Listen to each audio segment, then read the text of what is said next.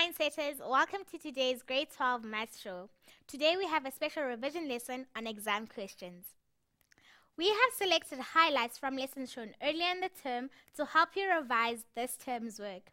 So please post your comments and your questions on our Facebook page or on Twitter @LearnExtra so we can help you with your revision. You can also download the show notes for today's lesson from learn.mindset.co.za or click on the link on our Facebook page. Now it's time to get on with today's lesson. Let's see what we have here. I'll start with the first question, which is an exponents there. So what we have here is, given this, 5 to the power minus x, express the following in terms of m. Actually, there's something missing. This is equal to m. So what we have here is, we have that this is the same, is equal to m, then express the following in terms of m. Can you see that? 5 to the negative 1, which is there, 5 to the negative 1, 5 to the negative x is equal to x, is equals to m, then express the following in terms of m. How can I approach this problem? What I will do, I'll try and simplify the expression and see what I get. How can I simplify this? What I can do, I can break this down, which is 2 to the x minus, what I'll do is 2 to the x times 2 to the negative 1 plus 2 to the x times 2 to the 1. I'm just splitting the exponents. Okay, then the next step, remember this is the same as m. Then what I can do now, I can split this, which is 5, and 10s prime is 5 times 2. Then I'll have 2 to the x times 5 to the x. This is what I get. Remember, this is exponential expression. I cannot move the terms, minus, base, and so on. You can do that if you have multiplication everywhere. Since I have addition between the terms, I cannot use same base, add exponents, minus exponents because of this addition between the terms. So what I can do is to factorize. Then if you factorize, look, what is your common factor? Common factor here, there's a common factor, and this is what is common between the whole thing. So pull out your common factor. If I pull my common factor, I get 2 to the x, bracket, 2 to the negative 1, plus 2 to the 1 over. I pull 2 to the x again. If I pull 2 to the x, I'll have 5 and times 5 to the x. Then from there, I can cancel the 2. Then let's see what we have.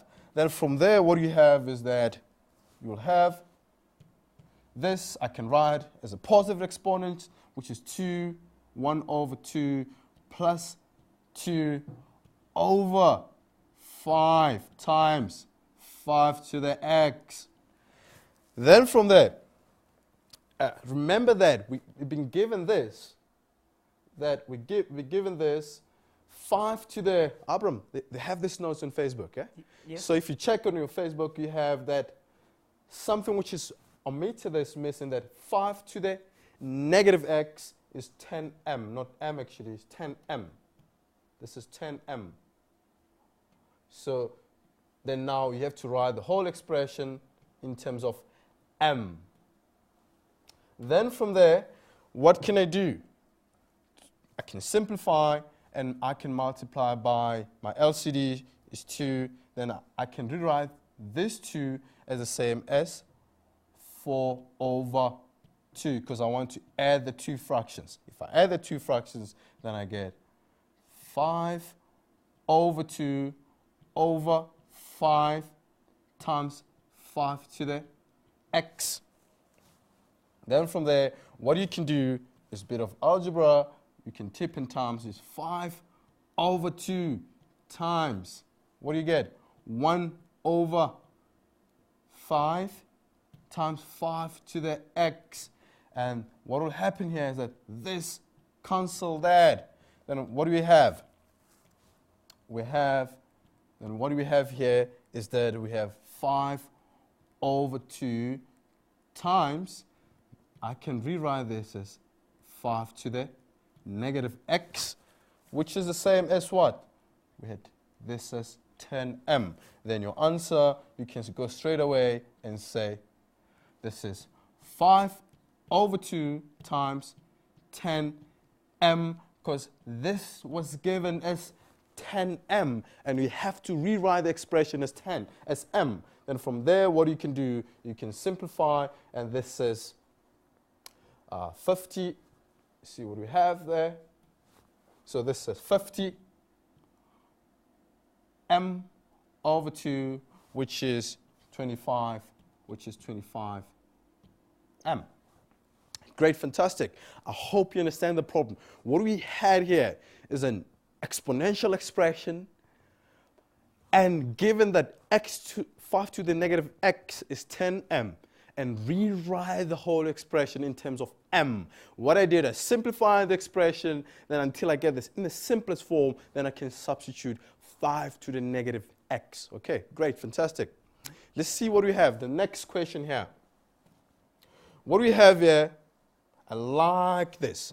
Show that the roots of x squared plus 2ax plus 3a squared are non-real for all a in R, and a can be 0. So what do you have here is to show that the roots of this are non-real. Which chapter of math is that? Nature of roots. In nature of roots, what do you do? What do you think about? Your delta. Where do I get this delta? From the quadratic formula. Underneath the quadratic formula, which is b squared minus 4ac. I have to find the delta. Okay, so we have to show that the roots of these expressions are non-real.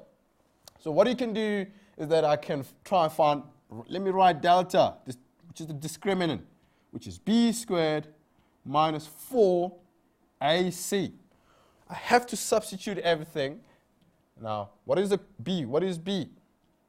Remember, b is the coefficient of x, which is 2a. So I'll have 2a squared minus 4. What is this a? It's the coefficient of x, and the coefficient of x in this case is 1. The c value is the constant.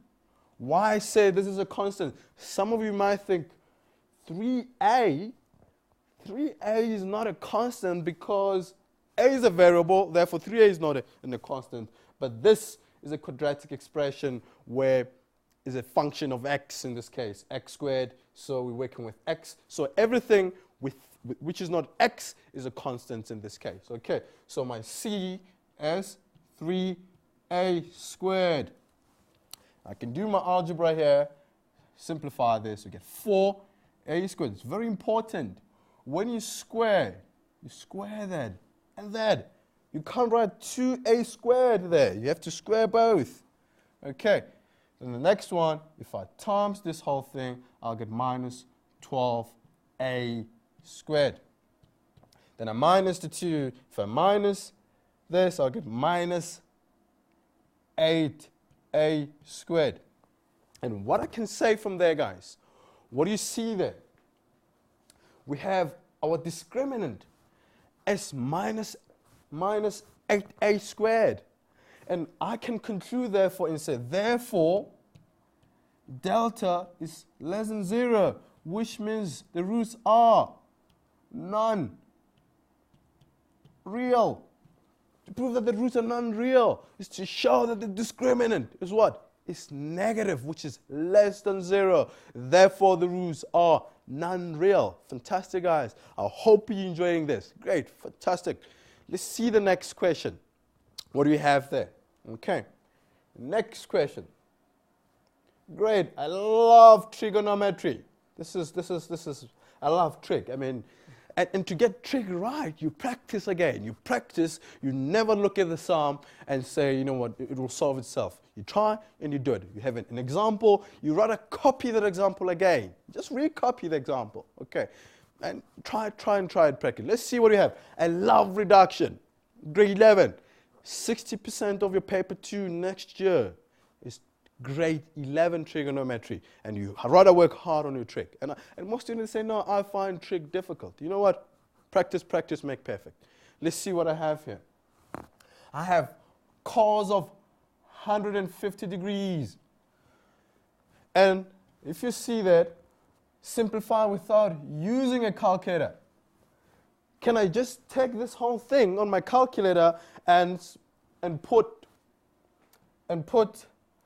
cos 150, and because I do have everything, put cos 150 and bracket times tan, which is, where's tan? Tan 225, bracket, then over this, and say equal to. Yes, that's correct, but what are we saying? Without using a calculator, you can't put this expression in the calculator and say equal and get your answer. You get your final answer. And for me, I'll give you wrong for that. I mean, final answer without working out. So what do you do? Without a calculator. So you think of your special angles. Let's see what you can do here. So cos 150 degrees. You check, where's 150 degrees? So you have 0 there, 90 there, 90 degrees, 180 degrees, 270 degrees, and 360 degrees. And you also have you remember the cost. Have you learned the cost rule? The cost, what have I done? The cost rule. So what do you have? I think I have something. Let's see here. I went back. Okay, so you have your cost rule there, which is cost rule implies that only cos is positive, sine positive here, and tan, and all trig ratio positive in that first quadrant. Now you ask yourself, where is 150? 150 is in that quadrant. Is cos negative or positive? It's negative. Cos. In this quadrant, we have 180 minus theta. So what can I minus from 180 to get 150? 30 degrees. So this whole thing is reduced to cos 30 degrees. How do I get that? I just say, in this 150 is in there, cos is negative. What do I need to minus 180 to minus to get 150? I need 30. You go again. 225. Where's 225? In that quadrant. Is tan negative or positive? Stay positive tan. In this quadrant, we have what? 180 plus, because that's 180. From there, you get 180 plus. What do I need to add from 180 to get 225? It's 45 degrees. So, and you go there. Now, next one we have this, which is minus sine minus 60 degrees. And I can say, and negative theta is in fourth quadrant. If you rotate this way, so your negative theta is there. So negative 10 degrees, negative 30 degrees, negative 40 is in your fourth quadrant because you're rotating other way around. You're not going this way. Okay. So minus 60 is in the fourth quadrant. Then I'll have this is minus sine 60 degrees. Then what about cos 240? What do I do with this? Because 240, if I have a trig ratio with an angle bigger than 360, think about it. If I'm at this position and I rotate 360, I'm not changing the sign. I come back to the same position. If I minus 360, so you can minus 360 there. You can say cos, you can say 480 degrees minus 360. I think you get 120. You can just go there, minus as much as you want. If it's big, 480 minus 360, which is 120. So This is 120. So this is cos 120 degrees.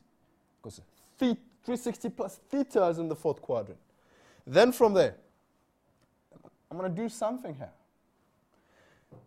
You have cos 30 degrees and sine 30 degrees. Okay. I want you to do this at home. Just test it. Check sine 5 degrees. 5 degrees. And put in the calculator and see what you get. Let me do it here. If I do this, sine of 5 degrees, see what I get? Let's do cos of 85. I'm saying cos 85. See what you get? I get same thing.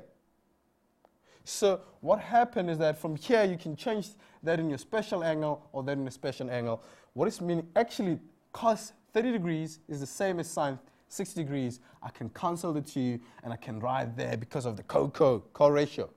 Okay, or change this into a special angle. But I know this is the same as that I can cancel that. Then from there, what is left? You have tan 45, special angle, which is 1. I can reduce this. What is cos 120? Where's 120 degrees? 120 degrees is in that quadrant. And I can change cos 120 and it will be minus cos 60 degrees. Why? Because I have 120. So where is 120? In this quadrant. So what do I need to minus from 180 to get 120? I need 60, and cos is negative in that quadrant. And you can go use a special angle. You can say cos of 60, and cos of 60 is a half. You get negative. You get a half. So so this is positive. So I'll get negative a half.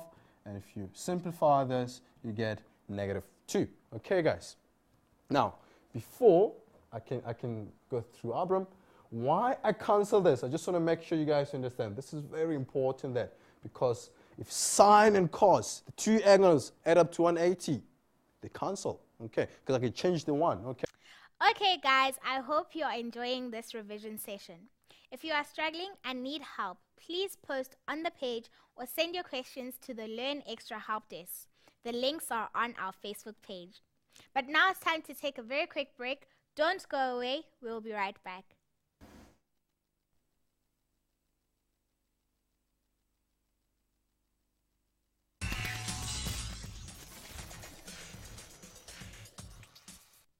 Welcome back from the break, guys.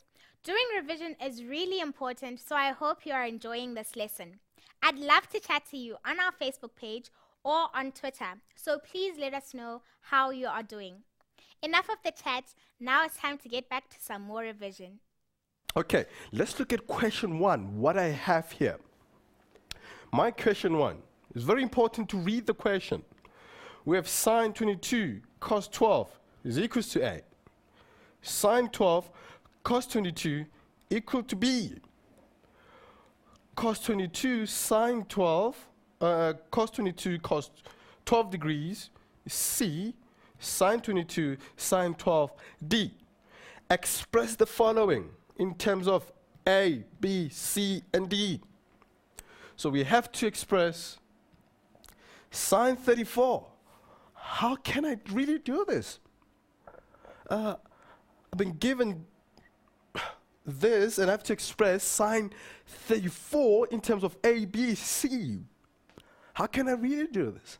So I think by looking at this, what do I see? What is the key there? I see compound angle. So how can I write sine 34 degrees in terms of this above? How can I write this in terms of this? So I can say sine 34 is sine 22 degrees plus 12 degrees. Okay, why do I do this? Because I see 22, I see 12, and this is in terms of what? This is in terms of 12 and 22.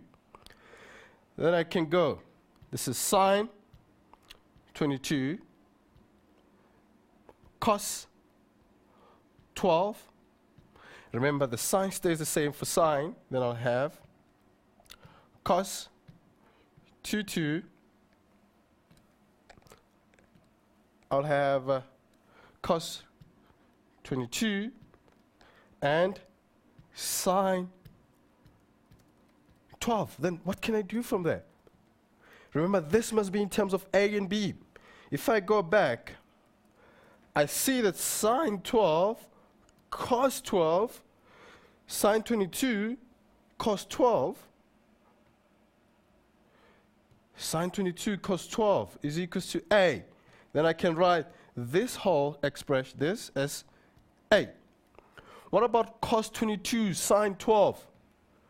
Cos 22, where's cos 22 sine 12? Cos 22 sine 12 is B. Great, I'm so happy now. Therefore, this is B, then my answer is A plus B. Great, I hope it makes sense. Let's see the next question, what we have there. Next problem. It's cos 10 degrees.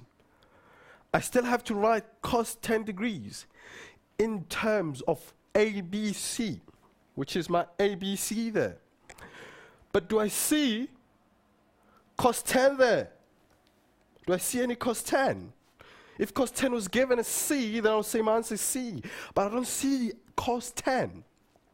Then I have to try and work with this cos 10 until I see something like this. What can I do with cos 10? I think what we can do with cos 10 is 22 degrees minus 12. And 22 minus 12 is 10. Great, fantastic. I can do that. So I can look at cos 10. I can say now, cos 10 degrees is cos 22 degrees minus 12 degrees. Then, this is cos 22 degrees, cos 12 degrees, plus sine, which is sine, see that, it's cos 12, plus sine 22 cos, not sine, I'm actually wrong, so it's sine, sine.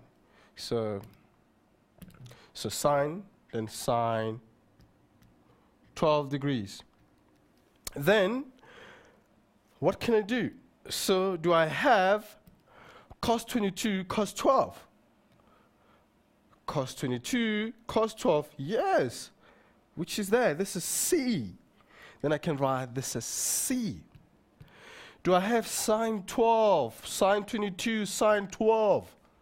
Sine 22, sine 12, which is there. Then I can write this as plus D. Then I'm done. The cos of 10 in terms of A, B, or C is C plus D. So what I did, I looked at cos 10. How can I write that in terms of 22 and 12? And it's 22 minus 12 degrees. Then I use my formula there. Then I look what is equals to what? C and D. Great. I hope you understand what is happening. Okay, fantastic. Next question. They have an identity. Prove without using a calculator. Yes, prove without using a calculator. Because one can do this without using a calculator. Maybe substitute B as 30 degrees and check if the left-hand side equals to the right-hand side. I can make this 30. I can make this 30, 30, 30, 30, 30. You'll see if you put that in your calculator, the left-hand side equals to the right-hand side. But now, prove this without using a calculator. This identity. How can I do this? Okay, let's see what I can do. I have cos of B. Can I do anything? So let me take the left-hand side. So I take the left-hand side, which is a, can I do anything with cos B? No. write as cos of b. I can write cos b. What about cos 2b? You have 3 identities for cos 2b. Okay? Which identity can I use? We have the cos squared minus sine squared. We have 2 cos squared minus 1. And we have 1 minus 2 sine squared. Out of the 3, if you check on the formula sheet for that there, which one can I use? Any idea? Can I use cos squared minus sine squared? There's nothing wrong with that. But is that a better strategy? I don't think so. So what you can do, I can see that I have cos there. I don't want to change that to sine. I don't want to increase numbers of terms also. So I want to keep everything as cos there. Then I can change everything to cos. So what I can do, because I want to keep everything as cos, I use the cos one because I have cos there. So this would be 2 bracket, and this is 2 cos b squared minus 1 minus 3 over, can I change this? No, I can write my 5 sine b. I have only one identity for this. I don't have to worry. I can write which is 2 bracket, and sine 2b is sine b. Sine 2b is 2 sine b cos of b. Okay, so I still keep my 2. I just changed sine 2b into 2 sine b cos b. Okay, then now let me do some algebra. Okay, then I can say cos b, distribute this. I can distribute there, distribute with the 2. If I distribute with the 2, I get 4 cos.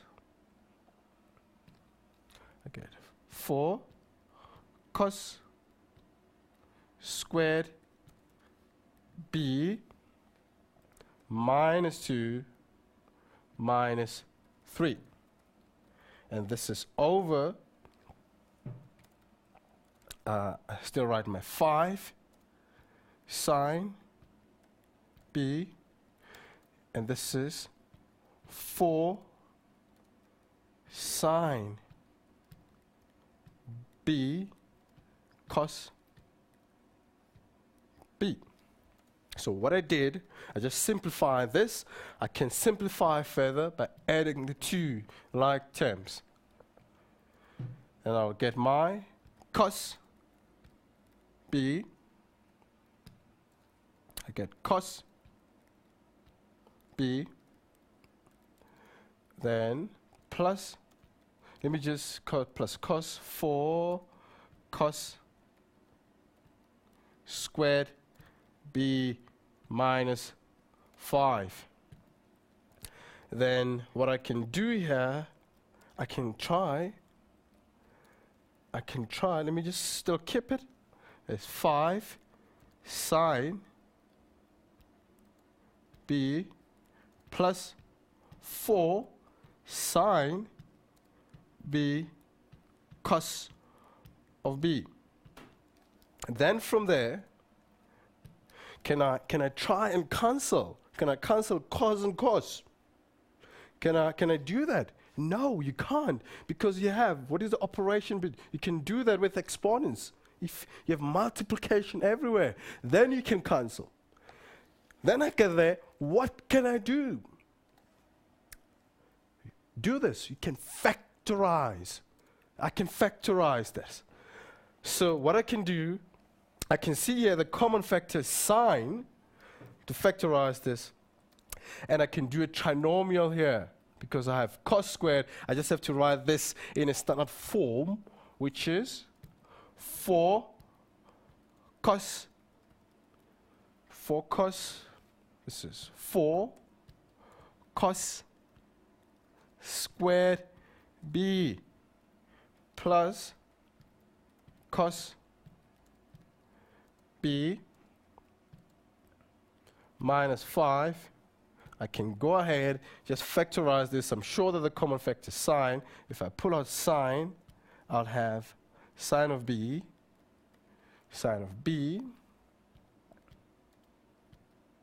I'll have 5 plus 4 cos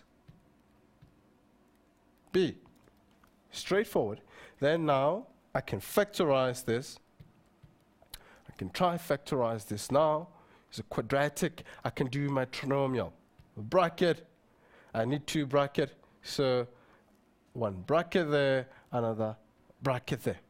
And I have my sine b 5 plus 4 cos of b. And how can I factorize this? What I can do, see, is 4 cos b. Okay, I think we'll have cos of b there. Then we'll have, I think, plus 5 minus 1. You can check yourself, try to distribute, and see if you get the same kind of thing. So, and what happened, this cancels that. Then what I get cos b, which is this, minus 1 over sine b. If I check, this is the same as my right-hand side, then you have to conclude, therefore, you prove that left-hand side is equal to a right-hand side. Great. I think it was a bit tedious problem, but I think your technique, you can see what I did there. I had a cos. I used cos. I don't want lots and lots of terms. I want to keep it as one term so I can factorize that. Okay, fantastic. I think it's time for a break now, so don't go away. We'll be right back.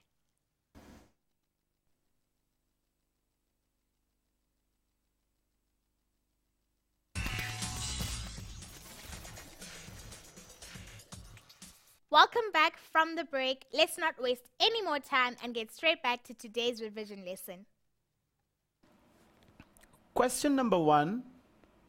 You're given a function, okay, so you're given 2 functions. Refer to the figure showing the graphs of your f of x equals to x squared minus 7x over 2 plus 3 and g of x equals to minus x plus 6. All right, so we've got those 2 functions as your parabola and your straight line.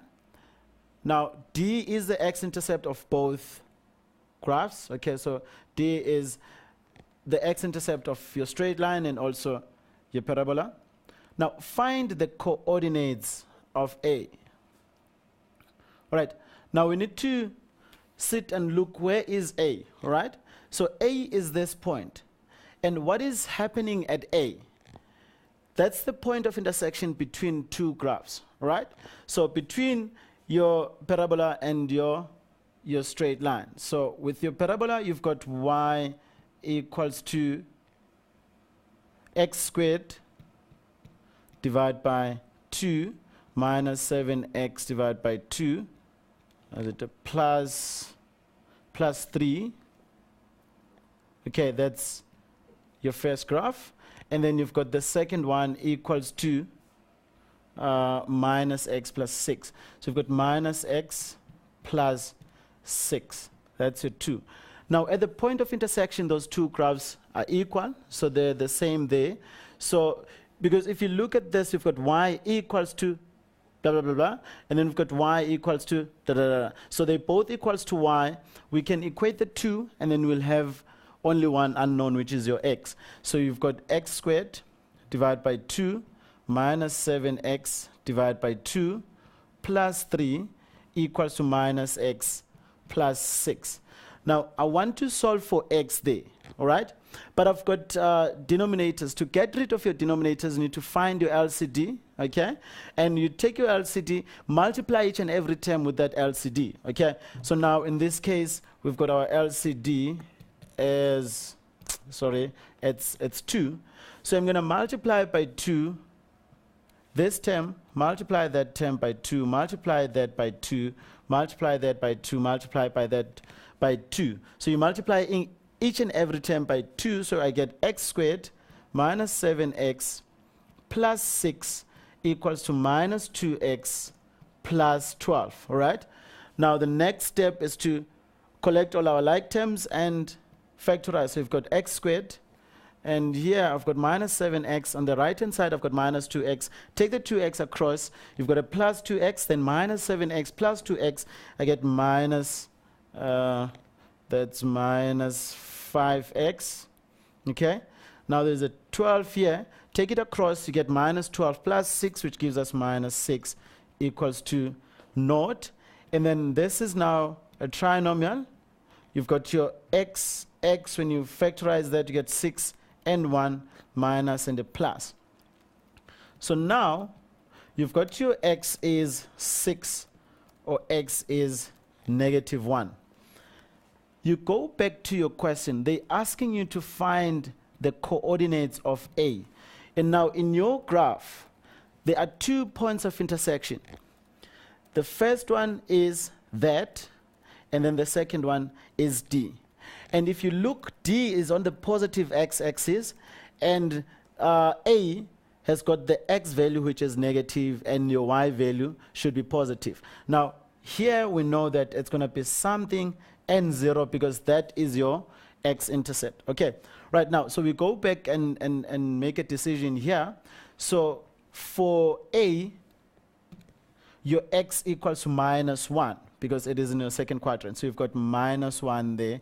And then and something, we need to work out what x is, what y is, right? And then x equals to 6 here for D, so we've got 6 and 0. Now, how do I find the y at A, right? I've got 2 equations.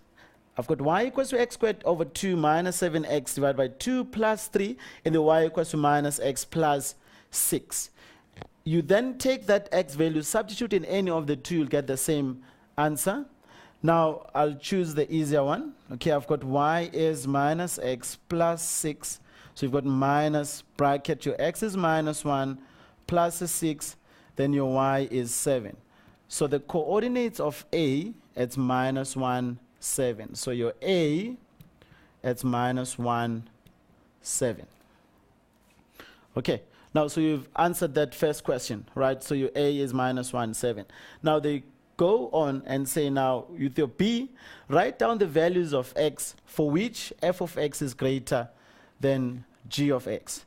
Now you go to your function, to your 2 graphs there. You've got your parabola and then your straight line. Now they're asking for f of x greater or equals to g of x, right? Now, where is the parabola, okay, which is your f of x, above your straight line? So if you look here, this is your straight line, and then this is your parabola. Can you see that your parabola is above there, and then your straight line is below? When you come to this point, you go down, the parabola is below up to that point, and then now it starts to be above that straight line. So in other words, we're taking values of x more than the x value at D, and then this side less than the x value at A, okay? So in other words, so we'll have x is less or equals to minus 1, or x is greater or equals to the x value at D, which is 6, all right? And I know some of you that are struggling to read it from the graph, they do it algebraically on the side, and then they take their solution and write x is less or equals to minus 1, or x is greater or equals to 6.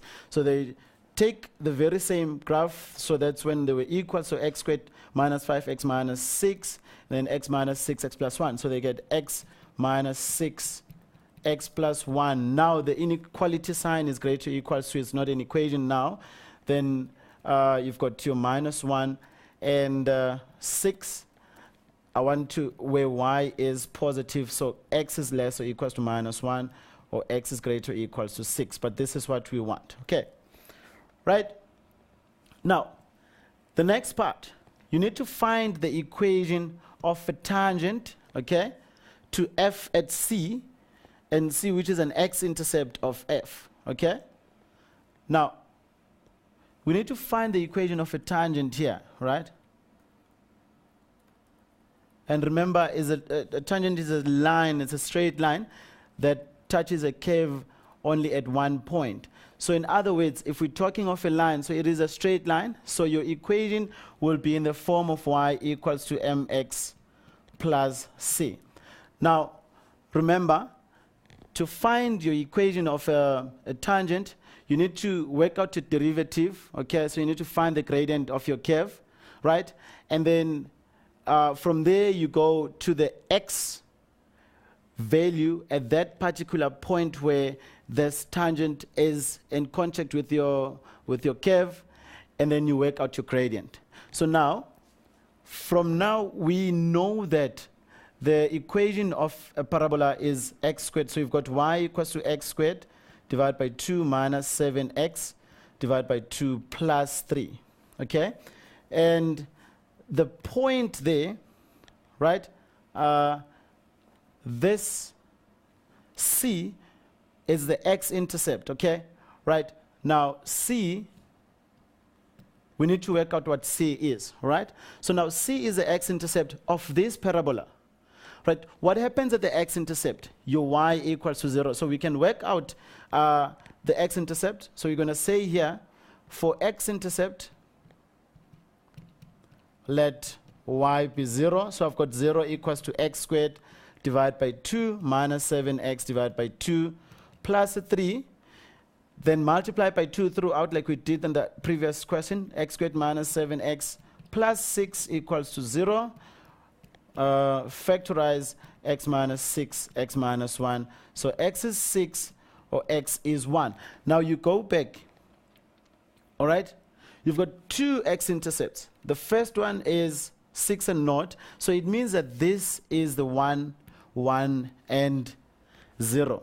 So you've got your x value there. Now we have 1 and 0. Okay, so we've got the point. Now next we need to work out the gradient of the curve, all right?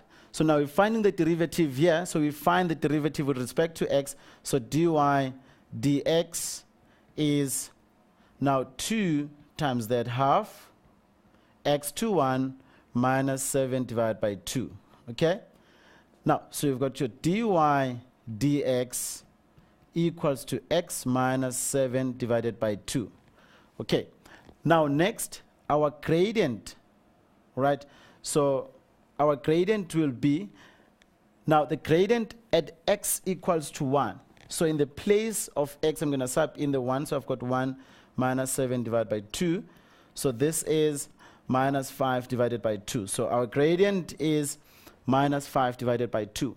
Now we need to work out the equation of a line. So you need to work out the straight line. And we know that it should be in the form of y equals to mx plus c, right? So whereby we need your m, which is your gradient, and your c, which is your y cut.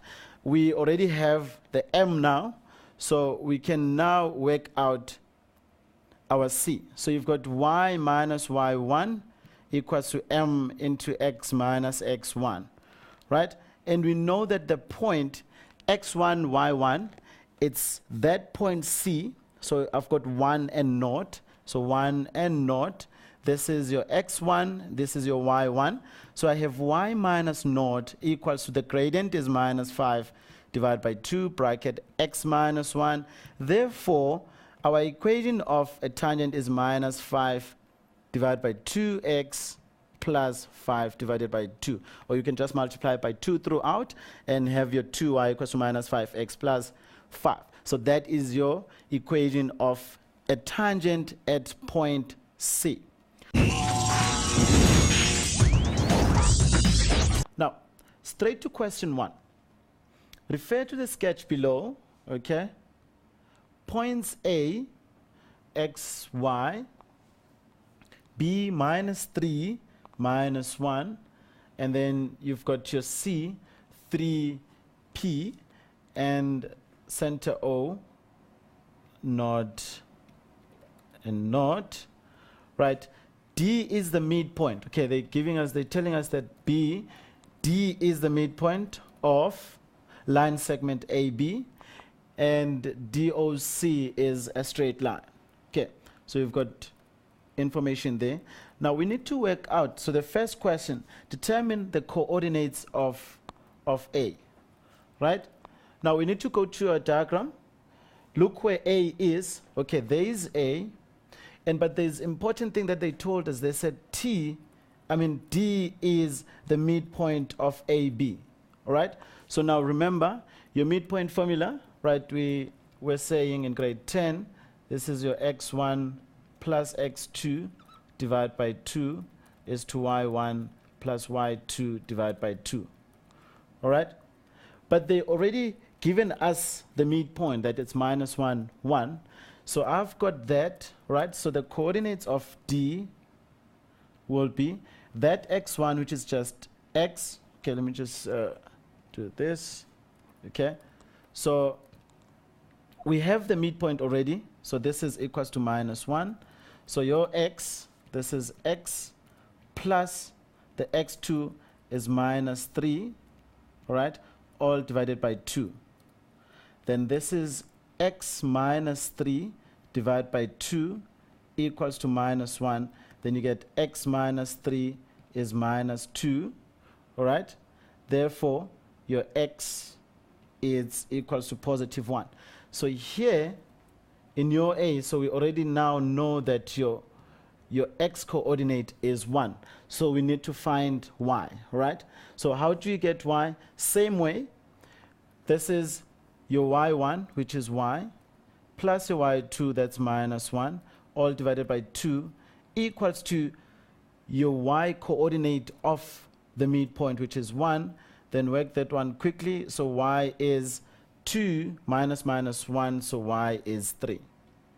Okay, so your coordinate of A, it's 1, 3. That was your midpoint, okay? Right? And now, question number 2, find the acute angle, right, that line AB makes with the x-axis. Now remember, your acute angle, it's between 0 and 90 degrees, all right? So now, where is AB? So we look for AB, so we can work out. We know AB is a straight line, so we can work out the gradient of that line. So the gradient AB is change in y over change in x. So y at B minus y at A, all divided by x at B minus x at A, right? Now, so you've got y is 3 minus minus 1, so you get 3 plus 1, all divided by your x at A, 1, x at B is minus 3, so it's going to be 1 plus 3. Right, so you've got 1 plus 3, which gives us 4 divided by 4, and that's 1, all right? Now, we know that angle of inclination, so you've got your m equals to tan theta. Working out your theta will be your shift tan of your gradient, which is 1. Therefore, you get your theta equals to 45 degrees. So your acute angle there will be your 45 degrees. All right. Now, C. Find the equation of a line passing through COD. Right. Now, this is the line that we're talking about, COD. So they're asking us to find the equation of a line, and we know that a straight line, you'll have it in a form of y equals to mx plus c, and I want to know what m is and also the y-intercept. And already here, we know that this line is passing through the origin. So your y-cut is 0, right? But we can work out the gradient of this line. We've got 2 points. That is your 0, 0, and -1, 0. So the gradient of that line, the gradient of line DC is 0, -1 divided by 0, -1. Then you get a -1, all right? So therefore, if that gradient is -1, then our equation will be y equals to mx plus c. But we said because this line passes through the origin, so we know that your c is 0, and then the gradient is -1, so you've got -1x. So you have y equals to -x. All right, so that is the equation of the line that passes through COD. All right, guys, now we move on to your next question now. They're saying show that BDC equals to 90 degrees. Now, let's go and check where that BDC is. So this is BDC, right? So BDC, right? We need to prove that those two lines, DOC is perpendicular to line BDA, right? So now, one of the options here, and you have to look at your marks, it's to work out your distances, all right? So distance BC, your distance DC, and your distance DB, right? If your DC squared plus your DB squared equals to BC squared, then you can confirm that your D is right angle, right, from Pythagoras. Or, in this particular case, we have to work out the gradients. Remember, to prove that those lines are perpendicular, so you say your gradient 1 times gradient 2 equals to -1. So the product of the 2 should give you -1. So now, what's the gradient of line AB? Right? So the gradient of line AB, have we worked it out somewhere? All right? Yes, the gradient of that line is 1, okay? Right, so gradient of AB is 1, and then the gradient of line DC, it's -1, right? So we can now conclude that those two lines are perpendicular because gradient 1 times gradient 2 gives us -1 times a 1, which is -1. So therefore, where they meet at right angle, right? Now, the next question, find the length of BC, leaving your answer in set form if necessary, right? So they're asking us to work out the length BC, but we need that coordinate. You've got 3 and P, all right? So C, okay, right? We know that that line, the equation of that line is y equals to -x. But you've got 3p, all right, as the coordinate there for C. Now, you can now sub in the 3 and the p to work out what p is. So if you sub in, this is p as your y equals to -3. So your p is -3. So now we've got all what we want. So this is -3. Now, so we can work out the distance there using our distance formula. So we know that B is -3 minus 1. Okay, and C is 3 minus 3. C is 3 minus 3, right? And we are asked to work out the distance BC. So BC is equals to the square root of x at C minus x at B all squared plus y at C minus y at B, and that is squared. Okay. Now, x at C, you know that that is 3 plus x at B, because you've got a minus 3, so you get 3, and that's squared, plus y at C, it's -3, and then y at B, it's -1, so minus 1, then you get a +1, and then you square the result. And then this gives us the square root of 3 plus 3, it's 6 squared. That's 36, all right? And then minus 3 plus 1, that's 2 squared, which gives us a 4. All right? So then this is the square root of 40. So therefore, your BC will be 2 square root of 10 units. Okay. We've come to the end of today's show. Thanks for joining me and for chatting to me during the show.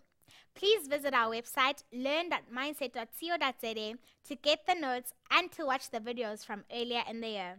And remember, we are here to get you through the year, so stay connected. Goodbye.